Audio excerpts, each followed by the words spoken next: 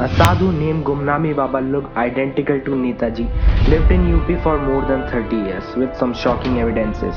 Is Netaji became a sadhu and not died in a plane crash, or he went to USSR and died there? Official word is that Netaji died of a burn caused due to plane crash in 18 August 1945. Other version of that story which proclaims that it was a staged event and Netaji was actually killed by Stalin. According to one theory, he planted his death hawks and returned back to India and became a sadhu. But the various conspiracy theory about him make it even more mysterious. How did he die?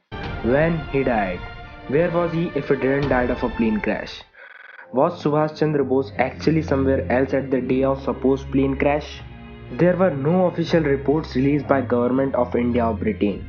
Historian Leonardo Gordon says even members of Indian interim government in 1946 waffled on the matter. Bose had disappeared several times earlier in life, so rumor began again in 1945 and powerful myth grew. No plane crashed on that day. In 2005, the BBC reported that not only the Taiwanese government rejected the Bose died in a plane crash in Tepai story, it also denied any plane crash occurred between August 14 and September 20 that year. No dead body found. Netaji's other lieutenants who were to follow him on another flight never saw his body.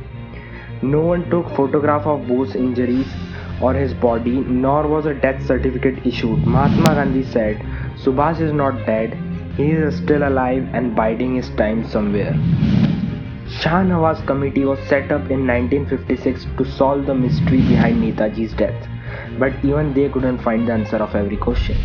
Nephew of Netaji stated that the doctor who gave evidences about death never saw him.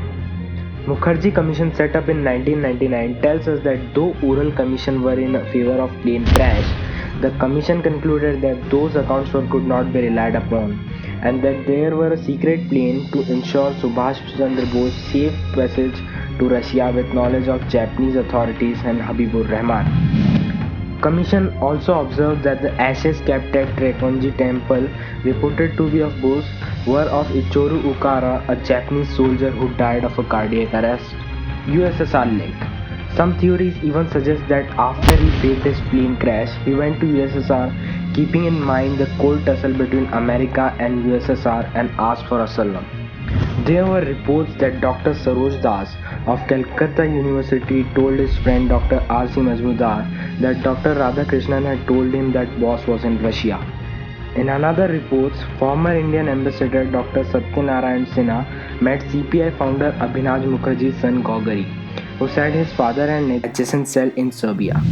Dr. Roy also said she found a KGB report in Bombay from 1946 which said it is not possible to work with Nehru or Gandhi. We have to use Subhash Bose. This implies Bose was still alive in 1946. The third and most convincing story is Netaji became a sadhu in Faizabad. Bhagwanji, a monk, died in 1985.